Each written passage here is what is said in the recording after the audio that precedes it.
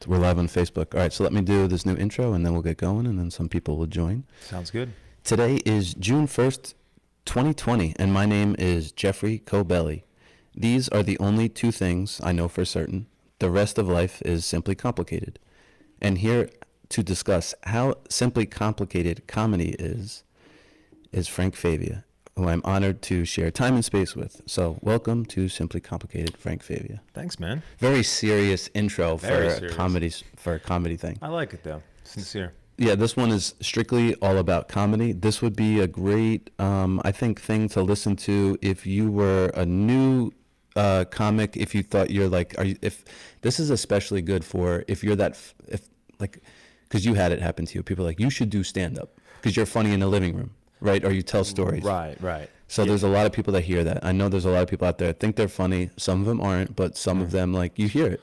Some of them are, yeah. So this is great for somebody who might have an inkling to think they want to do comedy, don't know how to get started. But that's what today's all about. So, yeah, man.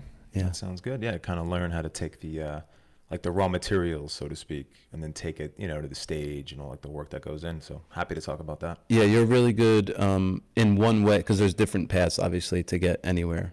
Some people just get discovered. There's clubs, there's online, especially now with online. Like you could get discovered online. Does it happen often? I don't know.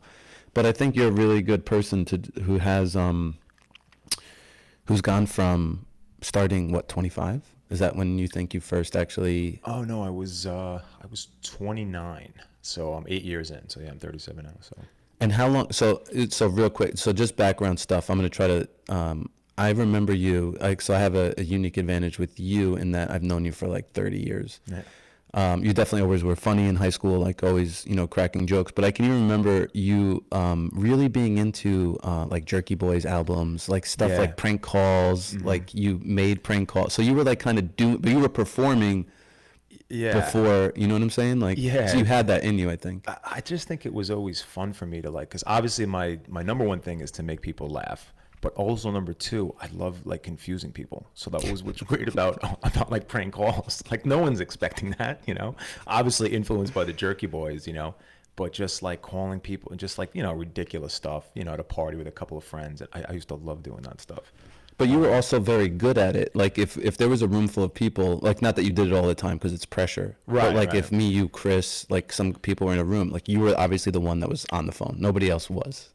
Yeah, I guess so. Yeah, it was kind of, I was like the designated, and I feel like it was like, like something at a party. If a guy could like funnel a beer, it was like, Frank, do a prank call. I was like, now? Like, I don't know, I want to relax. Like, Let me ask you like a personal question. Yeah. So, because you just said like you really, like your goal a lot of times is just to make people laugh. Why would that even be important to you? To make people laugh? I think like my whole, like approach with people is always to like make people feel comfortable, make them, I just like people, making them laugh, making them feel good. I wonder why that is though. Like, why do you? Not everybody does that. You know what I'm saying? I think it's part like something it's like an innate quality. I just like enjoy it. I just like making people. But also I think it's like in a way like acceptance. Like you just want people to like you. So it's like, oh, let me make them laugh. That'll work. And then from there it kind of grows into like just something that you enjoy, just to like kind of build relationships too with people. Because I would even say growing up, because I come from a family of, I don't want to say clowns because that almost is demoralizing, but you know what I mean? Like, course. Wise guys. Like characters. Yeah. And I can remember specifically my Uncle Tommy, it's like just the charisma, like he was the family clown. Like it's just the way people approached him, younger cousins, nephews and stuff like that. Like he was the life of the party. Yeah. That was like, not that I'm jealous, but I'm like, damn, like even as like you're looking at him, even as a kid, you're like, that's kind of talented that he could do that and keep that going. Yeah. So that I'm only asking because like that's what I saw. Like I would see my family, like I would watch men and my family make jokes. Right. And see the reaction. I'm like, I want to do that to people too. But I saw it somewhere first. That's why I was asking you if you had anything like. I mean, I feel like I wasn't like life of the party. I would be like to the side life of the party maybe. I never really wanted like the big group. I think it could be a little bit shy, but I have like uncles. That's because you were talking shit about people. Maybe that's it. Yeah. Yeah, you're right. Yeah, it's not all this nice guy thing. But no, I feel like I've had people in my family. I'm like my uncle. I'm like this guy is like a character. Like you would just show up and just like take over, and I would sit back and enjoy. It was fun to watch. But So now in your 20s, so you after you graduate from college, because you have a degree in marketing, you're even thinking Yeah. about going to school for teaching. You know, you're in the middle of that, you're getting teaching gigs, and then you're Yeah. like, hey, I still want to do. I have this itch I want to scratch. And it was How does that something. even happen? Like, were you writing at some point? Like, what even? Yeah, it's funny because I remember I guess like the earliest I could remember was getting like I always remember like you know when you were younger you would get like Playboy magazines or something. I would get like stand-up tapes. I got like Eddie Murphy Raw, Delirious. I was like maybe I don't know 14.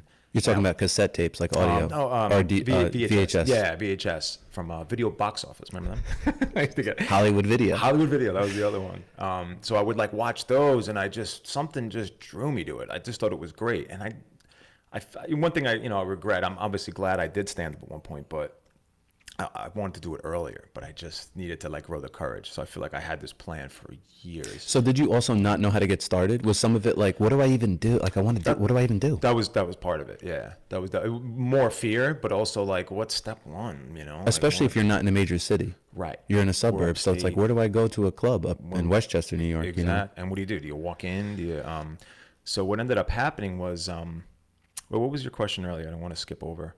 You said something about like starting out, like when I was young. Like, did I know I wanted to do it? Yeah, why did you like to make people laugh? Like, why was that important for you? Because you're good at it and you do it often. Yeah, it was just fun, but it's also like I feel like I'm like, a bit of a people pleaser. Like I want people to feel good, and I just like making people laugh. It was something I enjoy. And it's even like, even when it's not me though, like even if I have like a funny clip or from a movie to show somebody, like even if I've seen it 100 times, like I enjoy watching it with them, like, and see them enjoy it. You've always been the guy that remembered the line from a movie. I know. You just always remember. I can't even remember the plots of movies. You know, like the word for word. Yeah, It's amazing. I've always been able to do that. I just have a good memory, which really helps me too. Just remember jokes and stuff. But All right, so let's say you've been writing now. You get you say, you know what, I need to do something. Who do you even call first to be like, I want to do stand up?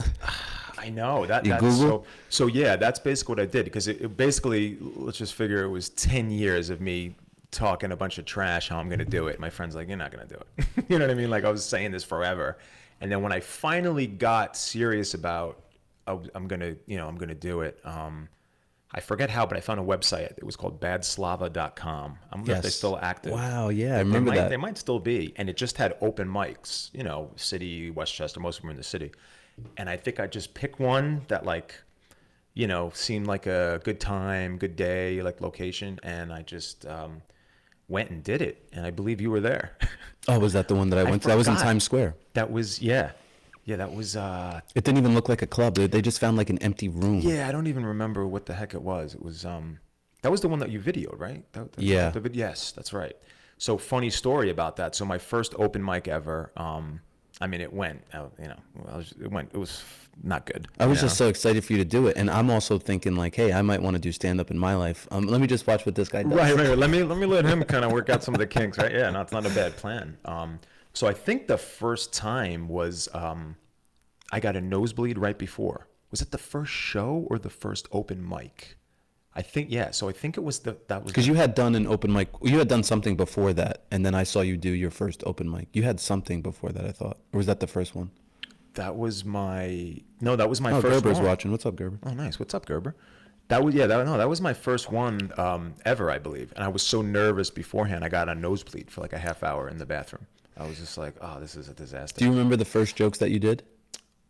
Do you even know what they were? I know one I remember, and it was so bad. It was something about 5-hour energy, and I always thought like they would always promote it, and it was just like hours of energy now, but you die later. And I just thought it was so funny. It was so stupid.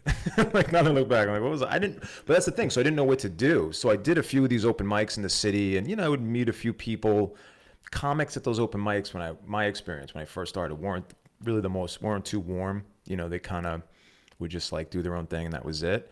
So I was kind of floating around for a couple of months and didn't really know what to do. And then I got hooked up with the comic strip with D.F. Sweedler, who that's where everything really started. Like, Because I remember you actually took a class with him, and that changed things for you. Yeah, it just to give you a changed. framework, just right. Exactly. That's what I needed, a framework, like, joke structure, how to write. So I met with him for a private tutoring thing. I think we did it twice. We met for an hour and just, went over jokes, and even like maybe I used one of the jokes I used, but I came out of that going like, oh, okay.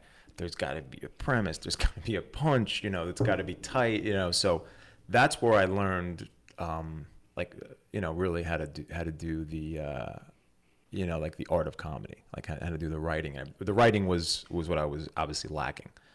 Let's get off on that. Sorry, did you have something else? No, I was just gonna say the performance, I feel like, and timing, I feel like came more natural than the writing to me.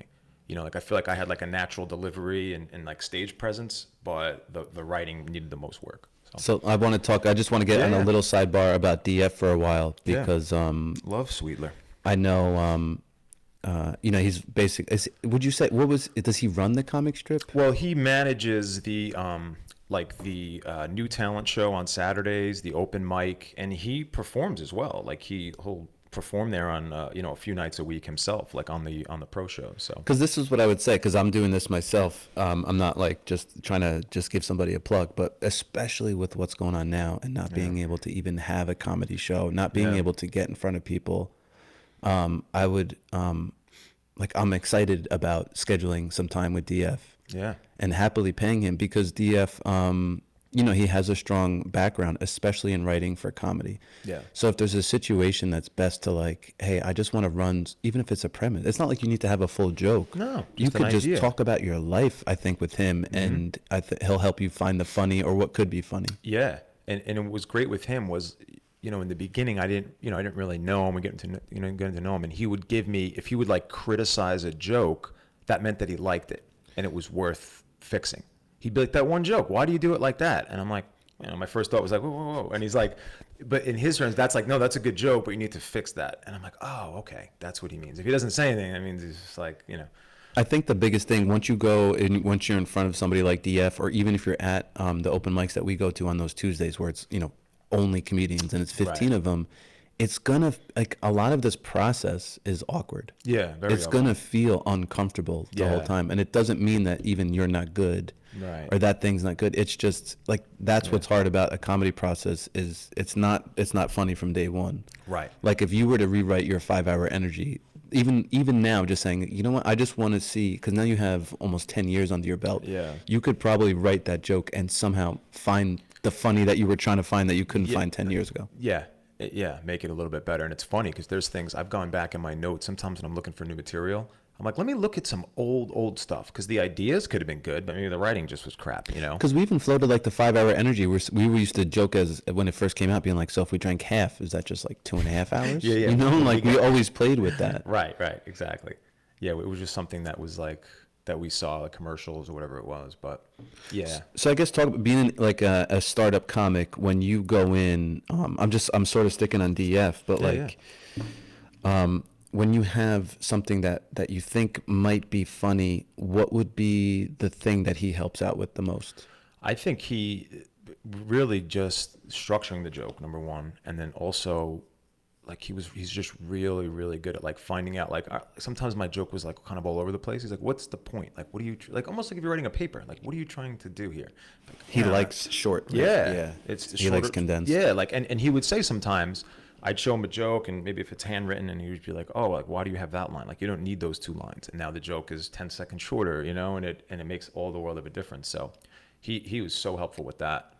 Just with giving you the framework, the outline, just all the writing techniques. So. All right. So now, because I know a story, I don't know if we're going to get to it yet, but like, the other thing is, when you were first starting out, even for me, it's like I was producing my own comedy shows because I wasn't going to go into the city and wait to get on a spot. Right.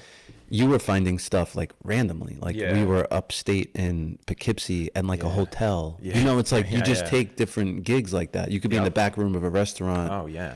That was one of the first shows as well. Bar shows. Yeah. Bar shows, I think, were the hardest, and in the beginning gave you the most chops because, I mean, you could have great jokes and it doesn't matter. The guys are watching the Giants game. You're trying to compete and it's like the TVs aren't off. But I remember early, like we created a show, meaning that it was the Somers 202 on 118 in Yorktown. Yep. That thing. So like they weren't doing comedy shows there. No. And I think you knew, or your dad knew somebody. It was my uncle's friend owned the place. So we actually presented that idea to like, let's have a comedy show. Let's do, and then that was early. That was in your first. I was 5, 10.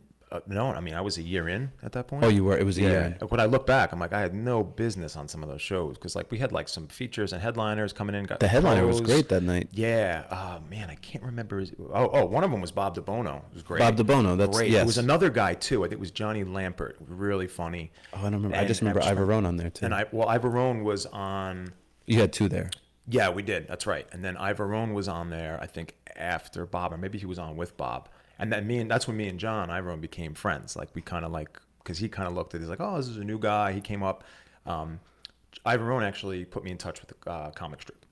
I just remembered that connection. I'm like, geez, yeah. So he pointed me in the right direction. I appreciate that. So John helped me out a lot with that. And I remember watching like John and Bob and all these guys, and I'm like, these guys are good, man. They're comfortable. They're not. They're not going too fast. Their pacing is slow. So for anybody who wants to be a comedian, I mean, this is a shortcut. Like I would say your shortcut to get started is to reach out to somebody like DF. Mm-hmm. But look what you had to do. Yeah. You had to like run into the city, do an open mic, meet somebody, put on a show, meet somebody else, and then meet a comedian who's actually worth his salt to be like, hey, right, talk to DF. He can help you out. Yeah, that was cool because John was like, all right. He's like, this guy's got something. He's funny. He's a nice guy. So he put me in the right direction.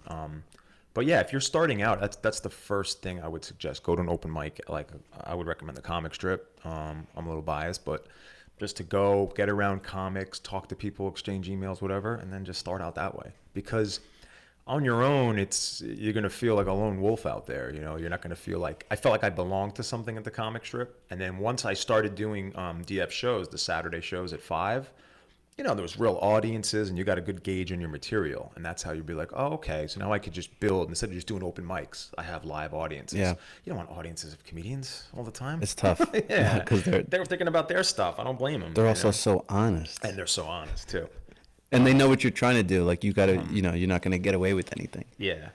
But I would even say, like, just piggybacking on that, like, you don't need to. I got a question from a friend of mine, Sure. Michael Barsky. He watches every one of these, and That's I awesome. got it. He won't come on though. Thanks, Mike. Let me just ask him his question because I forgot where I was going. Anyway. He's calling you Frankie, like he knows you. That's right. Frankie. All right. Well, he must. My dad's Frank. I'm Frankie, so he is correct. I'm asking this because it's a good question, and I know it's something that you've probably experienced before, and I'm actually curious to hear how you handle it. But what do you do when someone approaches you? I'm sure they have found out you're a comedian, and they're like, "Oh, you're a comedian? Tell me a joke." Usually, so I got this from a very funny comic, Joe DeVito. He gave this to me as like a stock thing because we were complaining about this one day, and he just goes, yeah, he's like, you just got to buy a ticket and a 2-drink minimum. I'm going to give you a joke. That was great. I was like, that's perfect. I don't do it because it doesn't work off stage, Just like, come to a show. Like, just talk. You also don't do that to any profession. Like, you don't walk up to a pilot and go fly that plane over there. Right, Like, it's the only no, thing you you just do it in. believe him that he's a pilot. Right. Even with music or art, you wouldn't be like, yo, paint the sailboat, bro. Come on. Like, it just doesn't happen. Yeah, I try to shy away from that. But it happens a lot, and every comedian will tell you, and it's just like, what I don't like about it is they sometimes be like, oh, you should be on the spot. Nah, I know, but I'm not doing this. Do you have time for a premise, a punch? Like, it's so ridiculous. So I just avoid it, like saying something silly like that. So you could tell them like that, yeah. 2-drink minimum. One of your Parrish is watching. Brian Parrish. Nice. Brian Parrish. You want to know what he said? Hell of a fastball. All you got. He still remembers that. Great. Oh, that's great. Oh, that's great. Parrish, you got to watch the one that I just did on Wednesday. I interviewed the manager of Team Israel Baseball, who they just made the Olympics. That was so cool to like relive that with him. He was on was it the Montefiore commercial on the Yes Network? Yeah, he's the Montefiore guy. Montefiore. I recognize him immediately. I didn't bring this up with Eric, but it was so funny because I was like, I research everybody except you because if I find something about you online, I'm gonna be so mad because I've known you for 30 years. Right. Eric, I've known for like 5 years, but I don't know everything about him, and I was just I don't know. It was just finding out some stuff about him. Yeah, and then there was a petition going around. I was almost afraid to like bring this up, but I think it was almost like you can make a petition to start anything. Right. So somebody started a petition to remove the Montefiore commercial because if you watch the Yankee game, you would see that commercial a dozen times. Yeah. Oh yeah. You would see it so much. That's why I recognize it. Yeah. But the reason why they show commercials a lot is because they're working. Right. Yeah. That's why. Exactly. That's why they were whatever the reason was. It was working. I want to give a quick shout out to Parrish. I remember facing him in like Parrish? in like a batting practice or I've been something. so afraid. I don't want to face a 5'7" kid throwing 95. It looked like he was throwing like a white Advil at me. I couldn't even see it. I was like, Jesus. I was like, all right, I'm glad he's on my team. No, Parrish was one of those guys where you didn't see the ball, you just heard it. No, it was, yeah, man, some country hardball. I was going to bring up something. We could get to it later, but I remember what I know where we're at. You can sidebar right now. I can come back. I know where we want to go. It was something you said to me after.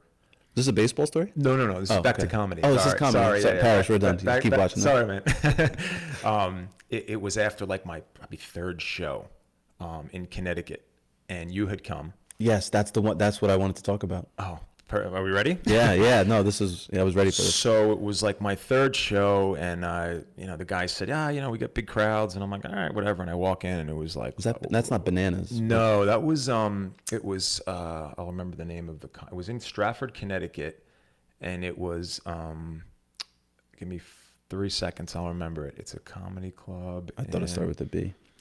Oh, it's gonna bother me.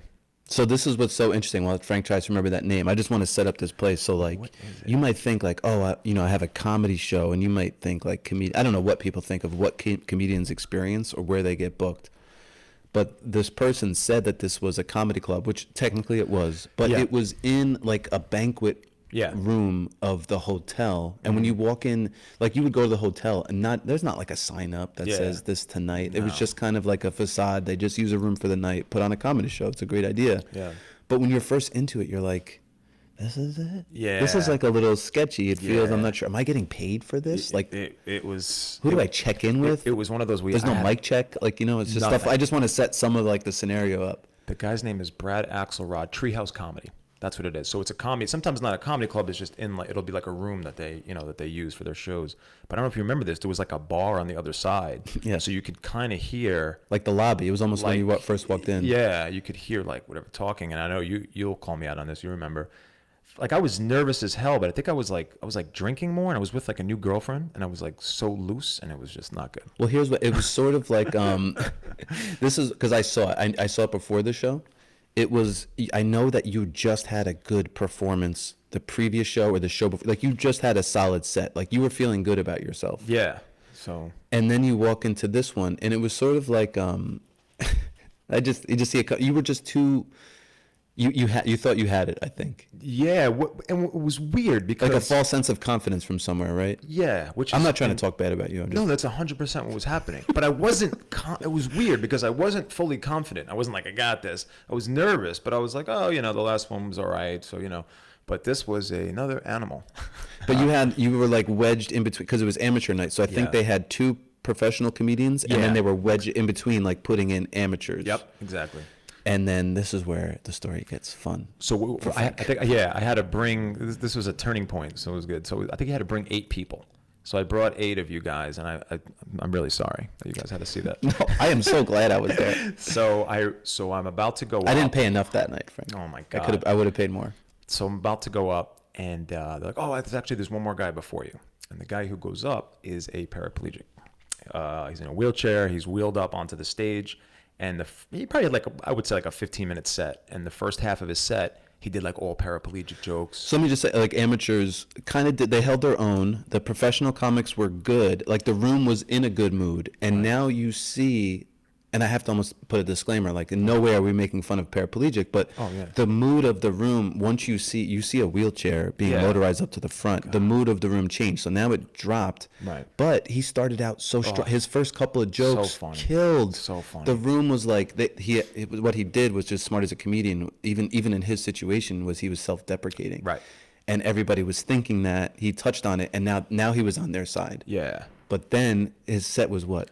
30 minutes? No, I think it was like 15, 20 maybe. I guess it felt long because he kept on doing those jokes, and then by the end of his set, everybody was uncomfortable again. It got like you felt bad for him. So sorry, I just wanted to set that up. It was like a roller coaster ride in the mood of the room. It was up, it was great for you, and then he comes out, it was down, then he brought it back up, but by the time he left, it was down. I remember thinking like, wait, he's crushing. Like, is this good for me or bad for me? I'm like, well, maybe it's good because the audience is in a good mood. And then I remember when like he started to do poorly, I was like, oh, this is bad. I don't have the tools to get out of this. It's your third show ever in front of, that's 100 people. 100 plus, yeah. And you are now experiencing something you never have before, and you got to go out there with like... I felt like I was visiting at Lambeau. like at Lambeau in the winter in a tank top with a bruised arm. It was like the worst case scenario, trying to beat Aaron Rodgers. Oh man, I was just bombing. It was like something about comedy. And I just want to remind everybody, your new girlfriend was there. And my new girlfriend was there, who stayed with me weirdly after this bomb.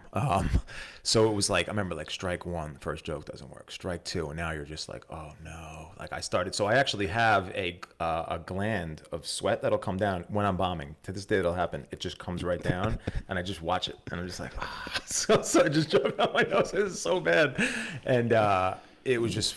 Fourth joke doesn't work, fifth joke, and I'm just struggling, and I'm just like, wow, like this was like a wake up call. And I remember one of the few laughs. Did you have to do 7 minutes? Do you remember? 7 minutes it was. And it felt like I was up there for 2.5 weeks.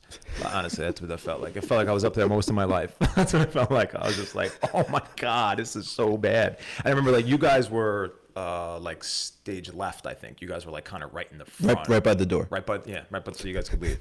Right by the door. So I remember. Like it just wasn't going. I wasn't getting any laughs, and I got the one laugh I got was because it was dead silent, and I just hear like people in the bar having fun, and I'm like, a comedy show's not going well for you when you could hear people from another place having more fun, and like I got a laugh, and I was like, oh, that felt good, and it was like back to bombing, got off stage, and I remember like Chris comes up to me. I think George was there. Everybody's like, yo, man, it takes, this is how I know I suck. It takes a lot of courage just to get up there. And I'm like, oh, that's how bad it was, huh? You're complimenting my courage? I was like, but I'll never forget what you said to me. You just pulled me aside and you're like, what were you doing up there?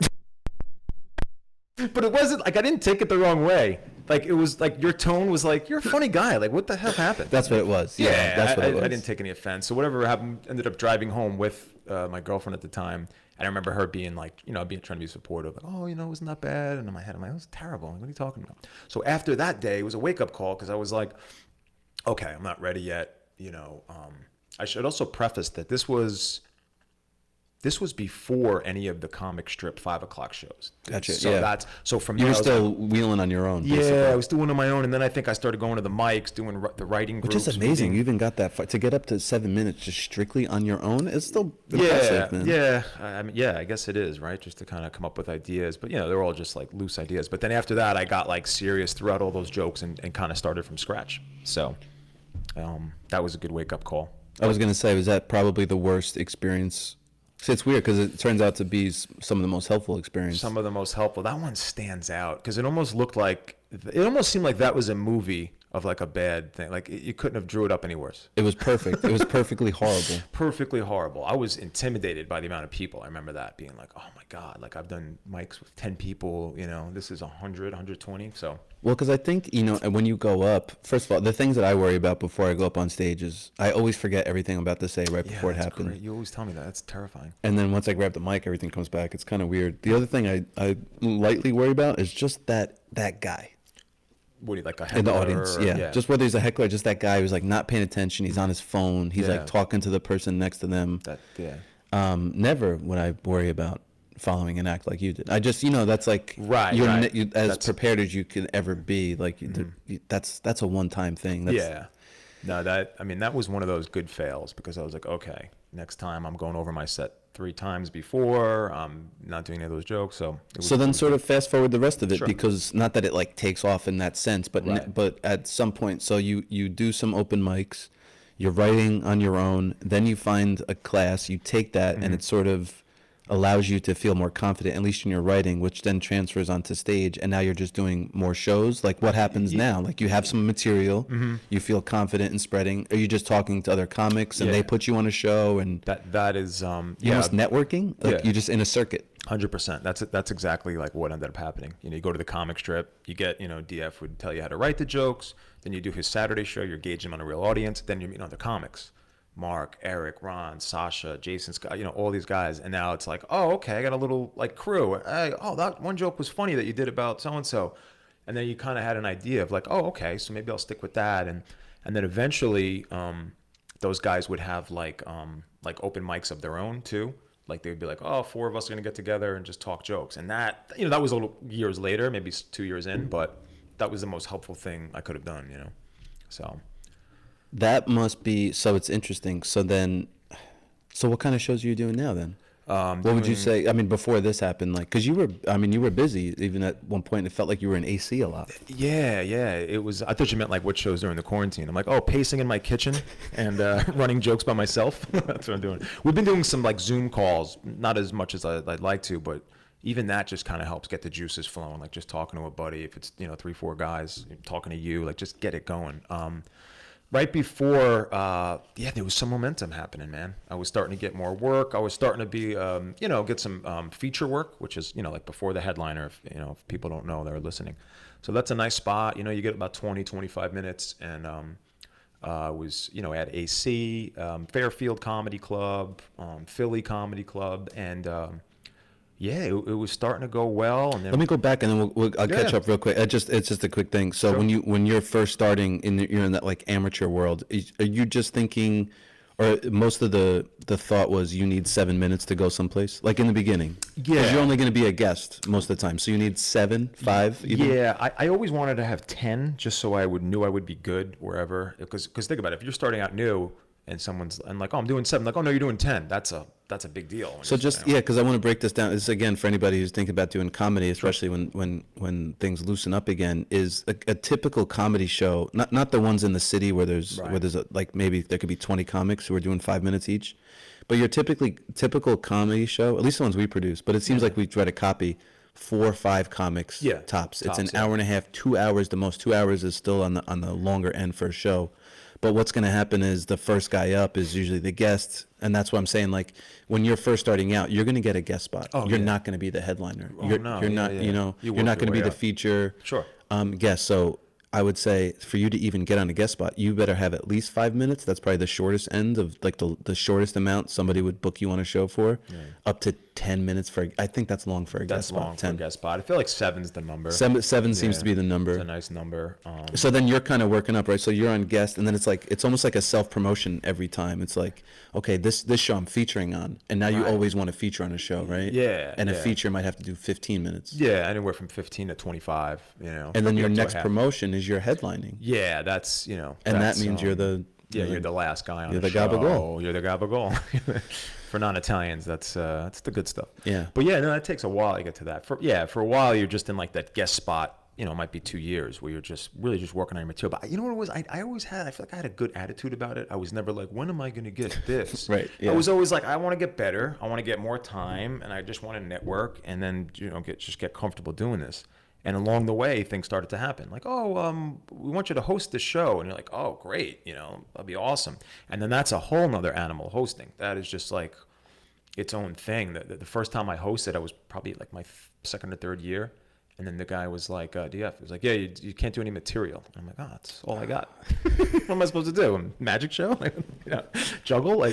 So just like talking to the crowd. And that made me such a better comic, man, because you're just scared to do that at first. I was terrified to DV from the script, as most comics would be. But like even in that story with the show in Stratford, the one laugh you got it was crowd work. Was crowd work. That was out of necessity. Like I was just swinging in the corner, But even then, that's just such a nice. I mean, it's such a scary thing to do crowd work. I'm terrified of it. It's like you because you have to go like to the edge of the plank, and then just jump. Because you don't know where it's gonna go. A joke, where you're going, verbally. I mean, So when it was actually good that I was forced to do that. It's like, no, you can't do jokes. You have to do, crowd work. And it's just like, hey, and even if it's just, hey, where you guys from? What do you guys do? And it ends up being funny.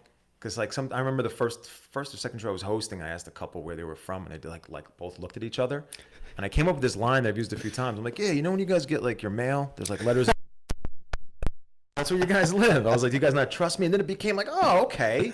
So like, just talk to them like you would, you're meeting people at a party or something. Once I got that mentality, the hosting helped, and that gives you another element when you have longer sets, and people, maybe you lose the crowd. You just kind of feel a lull. Maybe something's new or just doesn't work. And then you could go to the crowd, get them back, and then go back to your material. So that takes a while. That took me maybe a year or two to get comfortable doing that. I used to call it the rollout. I'm like, all right, don't do any more jokes. Talk to them. Oh, where you're from? Even if you don't care. Oh, great. Oh, yeah, you're a real estate agent. Okay. And then, and then maybe you have a joke about real estate, whatever, and you can kind of tie it back. You're trying to your find, set. something. How long did it take you? I don't know if you can remember this, to get to, like, did it take a year to get a solid 10 minutes that you just like loved? That I loved? Yeah, it might have took Because I know you had 7, you were probably, or 10 that you were putting out there that I just was proud of 10. yeah. Probably 2 years. Yeah, which is crazy to think about.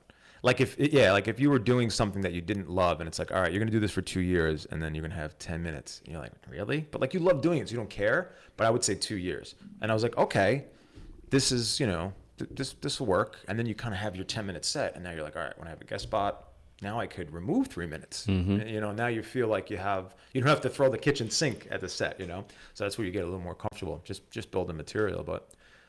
What helped me the most is just the cliche thing, just getting up as much as you can and doing uncomfortable shows, doing shows where no one's listening. How do you start writing? Are you walking around with a pad? Do you actually like schedule yourself to write? No, What is that process like? That's a good question. Or is it just like life happened and then that's what inspires it? More or less. What I'll always do is I don't have my phone, but I'll write it down in the notepad, like an idea, and just to get it down. And then if I'm, free at the time, I don't like typing on the computer, either handwritten or I'll just like type it out on the notepad on my phone. And then I'll just sit with the joke, where I heard Seinfeld talk about this years ago. He's like, oh, you have 10 new jokes. Just sit with one. Just work on one joke. See where you can go with it. And it's amazing what you come up with, Is there anything do you have any like half-baked premises right now? Right now, yeah, I have a few of them written down.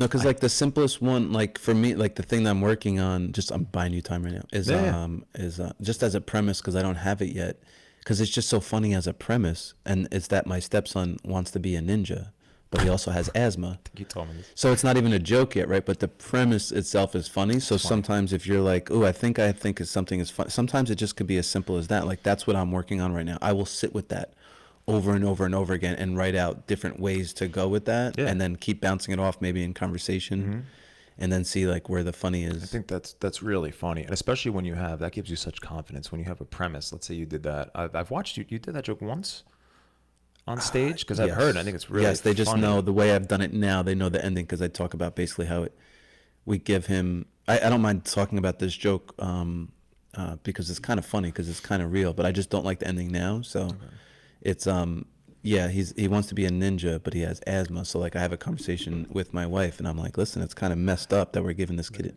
a ninja suit. Like he needs an inhaler. Like kid's gonna die. So we give him the inhaler, take away the ninja suit, but now he catches us being intimate. Oh, God. So now I'm like, okay. So that's a way I can go with that, but that doesn't need to be the joke right now. The premise is locked in. Premise is funny too. Where I go with that may change. That's all. I like that way though, like where it hurts you at the end. And I think you did it that way in February at that show, and it worked. It's really funny. It works. Just some people know where it's going. That's the only problem with it. Yeah. I just think that's such a funny idea. Like that's one of those jokes where you say the premise and you probably get a laugh, and that's always a great sign when they're like on board already, and you're like, I think the premise is funnier than the joke though. So you kind of. Well, that's all. Yeah, that could also happen, but. That's. So what do you have? What is like? Is anything? I just have like a few things written down. Let me remove this. As you can see, I know, and it's so hard because right now it's like you want to stay fresh by doing, some writing, but I don't want to write Corona jokes because I feel like it's got a short shelf life. It's going to be way overdone. You just put those on social media and then they're done anyway. Exactly.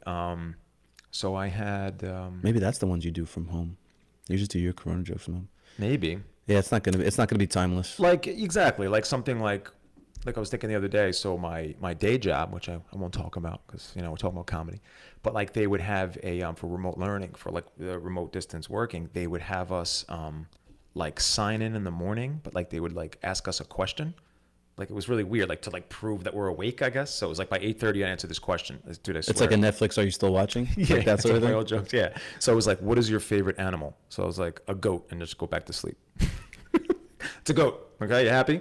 No, I'm back asleep. Like what the hell's going on? It'd be funny if you wrote pizza because like the last question was, what was your favorite food? Right. Like it's like so ridiculous.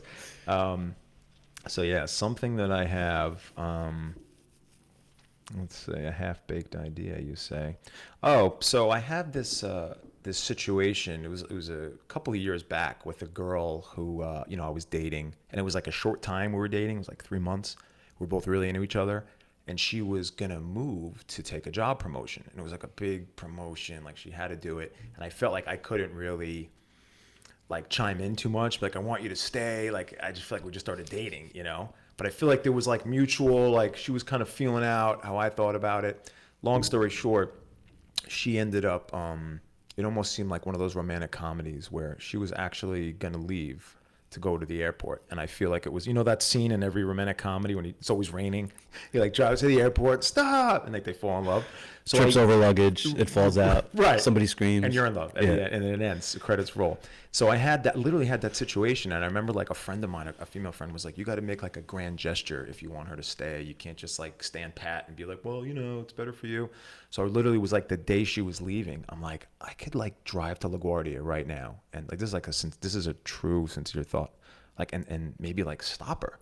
And I was like, should I do that, dude? And I looked at the time and it was 4:30 and I'm like, it's rush hour. I was like, oh, it could be an hour. I was like, screw True Love. I was like, I'll just watch Seinfeld. But if I don't catch her, yeah. And dude, I just didn't even like, like it probably would have been ridiculous if I showed up. But the thought, it was, you know, when stuff starts, the ninja gets up there and it's just like, should I stop her? And I'm like, no, rush hour at this time. Are you kidding me? So like I passed up on True Love and like I started to like convince myself that I wasn't that into her. It's like, you know, it's probably just a phase. You know? Like, what am I doing? So Rush Hour stopped me. So maybe that could be a good addition to a romantic comedy where the guy just doesn't go. He's like, I'm just gonna go on Bumble. It's like so much easier.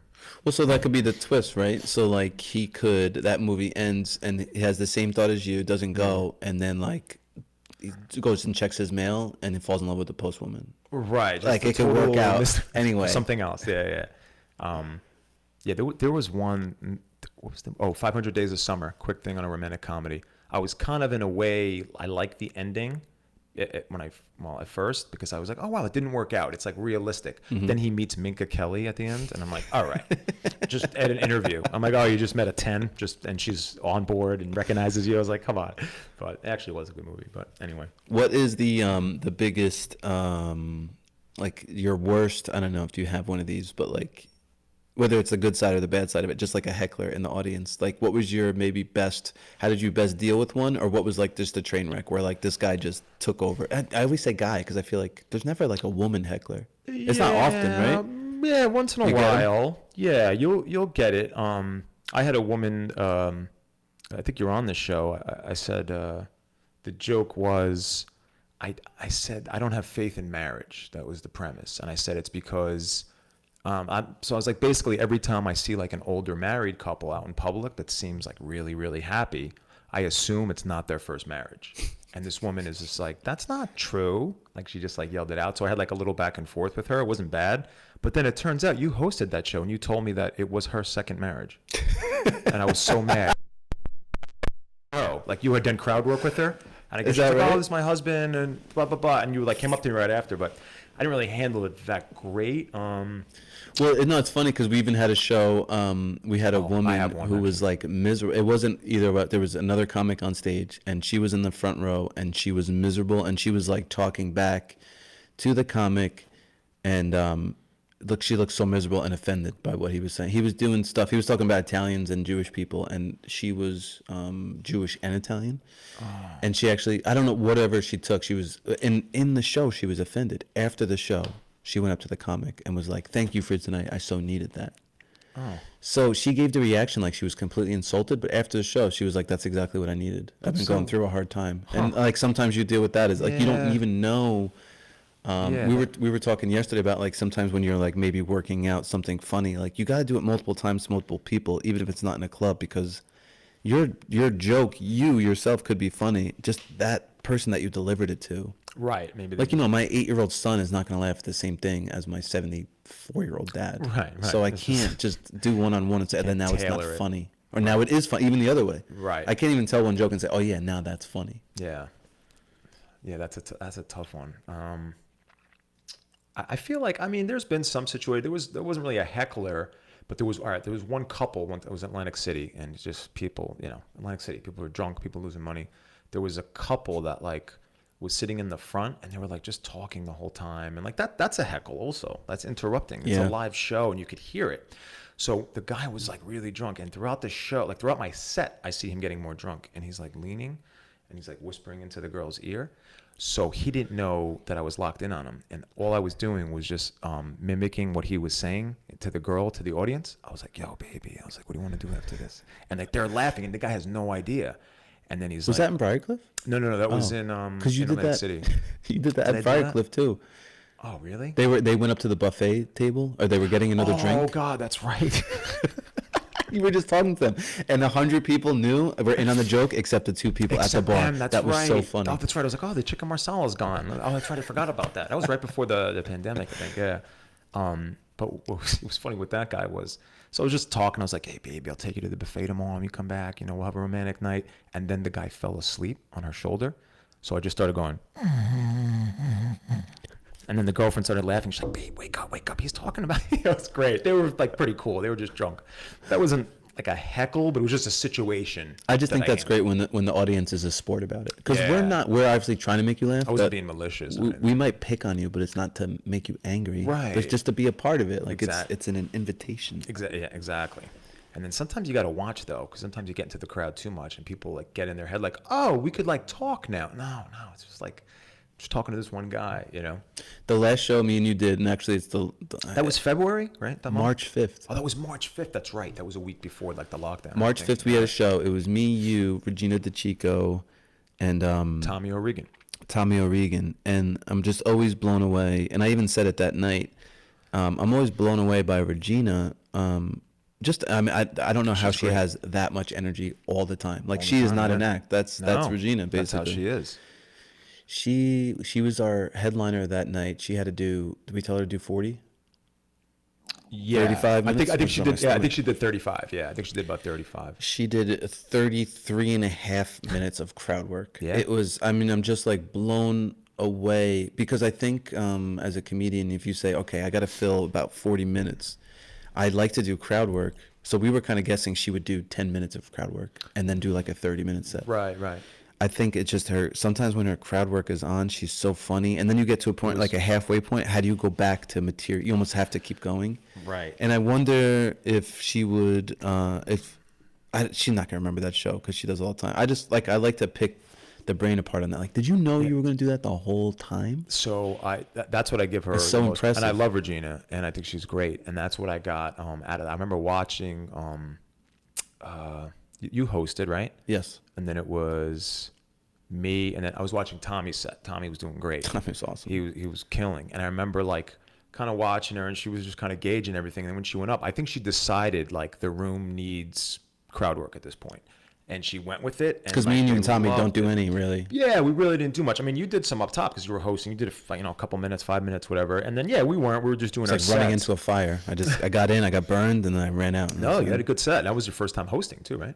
Yeah, and I thought you did great, and you handled it well. You just handled it like, let's just talk to these people. So she must have kind of on the fly been like, this is going to be a mostly crowd work show, and she killed it. She did amazing, great. man. That was a great show. That was awesome. And they do that annually, right? Yeah. Yeah, that was cool. Yeah, that was like right before this all happened. So I'm glad we got that in. So what are you up to now? How many minutes do you have? If you had to do, somebody's like, hey, I need you to headline 45 minutes. You got it? Or So yeah, I mean, I would just need like a spring training, you Yeah. know. But yeah, I have it. So interesting enough that you bring that up. So right before the pandemic, my good buddy Dan Altano and I we're going to co-headline Caroline's, and that's like a big deal, man. That's like one of like the goal one, you know. so on how my do you get sheet. that? How do you get to Caroline's? So that was through a recommendation. For breakout artists, you need a recommendation. So Eric Newman, I contacted the and the owner. recommendation has to come from somebody who's who also works. headlined at Caroline's? Yeah, who headlines or currently works there, which Eric has done, multiple times. So he put the recommendation in, and I remember it happened so quick, dude. Like, I just got an email one day. Eric didn't even like tell us he was doing it. So he reached out, and then all of a sudden there's like a group email going. Great, send us a clip. I'm like, sent him a clip in like 4 seconds. Sent it. I got them Dan on the sent it. horn. Yeah. Boom. All of a sudden, he gets back to us like later that afternoon, maybe, and was like, "You guys both got it. Congrats." I'm like, "Oh my god! Like, I'm gonna headline Caroline's. Like, that's awesome. Like, I used to go there and like watch Bill Burr like with my dad before I started stand up. And you did perform there once, but as a guest or? Yeah, it was it was on Eric's show. So Eric Newman had breakout artists where he was headlining. He does a 45-minute set, 40-minute set, and I did a 10-minute set. And that was That in was one of your best 2016. shows. I think that was At the that second best show I've ever seen. That's awesome that you say that, because a lot of people said that, and I felt It's just a good night to have a good night. good night to have a good night. It was a big stage. I didn't get like rattled by it. You know, I felt like Caroline's probably puts 300 in there. that night there was over 300. I remember it was like 320, 330, and I felt good, man. That was already 4 years ago exactly, which is crazy. That was June 2016. Wow. So 4 years ago. So I was 4 years in. So it was a big show. That was like a nice checkpoint. Like, all right, I could do it with the big crowd, and I felt comfortable. The feedback was good. So yeah, so now it was like, all right, we're gonna headline. So me and Dan are, going back and forth, kind of like you get to pick your lineup. You pick who you want to host, who you want to feature, whatever. And all of a sudden it's like, things are closing. I'm like, what's going on? So now obviously that, and again, there's so many awful things going on. People are out of work. People are losing their lives. It's like, I gotta complain I'm not doing Caroline's, but I think it's gonna be, rescheduled. No, it will. But this is like, I think we were listening to something from Burr yesterday. I think he had a special call. What happened to the laughter? Did he have a special call? I think it was like 2 specials ago or so. Yeah. Damn. I mean, I know we can't get into a room, but like, now more than ever, I know. like you People started this out. I like to make people laugh. Like this would Right. be a great time to like. It would be. And what it comes down to, I just don't know how to do it. Like it's not. I don't think it's online. You know that you need a crowd. What happens if it's? I know. And the other thing, a lot of people are ideas are outside, but then it's like outside you're losing something too. Outside is tough, but it's better than real tough. It's better than online. Probably better than online. But yeah, so Caroline, that'll probably be probably 2021 to be safe. I don't think because people wouldn't feel comfortable packing into a room, and it was going to be next month. So this would be like this right now. If things were normal, I would be like, me and Dan would be going crazy, just running material and getting it tight, getting the segues ready. So unfortunately, that's on hold. But we'll get another shot. So what is the goal? I guess. The goal. What do you want? A TV show? What would you like? I mean, is it just to do stand up? Could you see yourself like one of those I'm Regan, like isn't the guy's name Regan? All he does is it's like every weekend he's just doing shows. I would just love to do at this point just stand up, just to headline, just to travel and just like if you were on tour every like Thursday, Friday, Saturdays shows. I mean that sounds exhausting. No, I'm joking. No, that would be the idea. Yeah, like TV show. I just want to just do stand up. Like I don't want to do really sketches. I don't want to be on TV. I want just stand up. That's it. Can I just do that? Everybody, oh, you got to act. I don't want to act. Leave me alone. You act. Go act. I don't know what to tell you. But like, maybe down the road, if opportunity comes up, I'm not going to turn it down. But right now, just stand up, man. Just getting better and just do it. The goal is very simply to just have it as a career, like just to have this. And there is a pathway to make a living just doing stand up, like of other examples, I guess. Sure, yeah, and I know some guys who do it. You don't have to be that's the thing too. Like I always thought in my head, to do stand up full time, you have to be a multi-millionaire. No, you don't have to. You just make a. Well, like David Tell, he's strictly a stand up guy now, but he had TV shows, he was in movies. Yep. So I wonder if even him, if he could have just done stand up and survived. Yeah, and he like why do these guys always end up doing TV? Like once they're a certain level, it just happens. I think they just get offers. You just can't say no. I can't say no to that. Like Amy Schumer calls you up, it's like, want to be on Trainwreck, and he was like the homeless guy in the beginning, and like how could you pass that up? But Tell's a good example. He's a stand up. Like he's a stand up guy. That's what he wants to do. He's not doing sketches and and he's great. He's one of my favorites. And even when he had that show on Comedy Central, that was about his stand up. Oh, it was Insomniac. So it was just him running around doing stand up. Get like drinking in like certain towns. Yeah, that was a lot of fun. So it would just be stand up. But yeah, that's the ultimate goal, man. Just to get back into the swing of things. Like I said, doing some writing right now, and it's tough because you're not in the beginning of this thing. You think, oh, you have all this time, and right? It doesn't work out that way necessarily. Doesn't mean you're inspired. I called up Newman. We were talking, I think in Altano also, and I was like, I just didn't feel inspired to write in the very beginning. It's like, think about it. I'm an observational comic for the most part. What am I observing? I'm yourself. In my apartment. Okay, it's pretty lonely.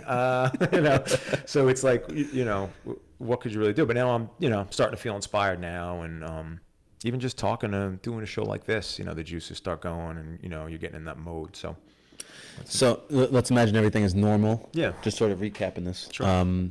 If somebody wants to get started in comedy, just a quick outline. Write something down. Yeah. Find a comedy tutor. Yeah. Find a club that you can visit. Even if it's once, like I go once every couple of months. It's not Just like to some run guys go stuff. every week. Some guys Yeah. go, you know. I would say, and again, I'm going to be biased. I'm going to say, the comic strip. That's where I came up, and it's such a good system, and it was the most supportive mic out of any of them. Like, when you would do it, people, I thought would be very supportive. So I would say do that and just worry about getting your 5 minutes. Yeah, just get it 5 minutes. Getting your writing down, learn how to structure a joke, and you don't worry about the timing and delivery. That's going to come with getting up. And just get a network of friends. That's the best way to do it. And just have guys. Comedy friends, like real, like people who are also doing it on regular. It's insane when you have friends that are comedians. Like, for example, Dan Altano, I've known him for 5 years. I just found out what he did for his day job. And then I forgot. That's almost like a good relationship. He's like, what? He's like, what do I do for a living? And I'm like, marketing. He's like, nope, not really. I was like, all right. That's fun. But yeah, so that's it, man. I would say just to get the ball rolling. Just get to a mic and start writing. So keep your eyes out for Frank Favia, Caroline's sometime next year, hopefully. Hopefully next year. Go to frankfaviacomedy.com. And if you have a vaccine, just let's get it. I'll put it on the link. I know. Get on that vaccine. Get on the vaccine so we can get back to living. All right, I'm cutting that an hour. Thanks, Frank. All right. Thanks, Jeff. Good stuff, man. Dude, I'm about to pee in my pants.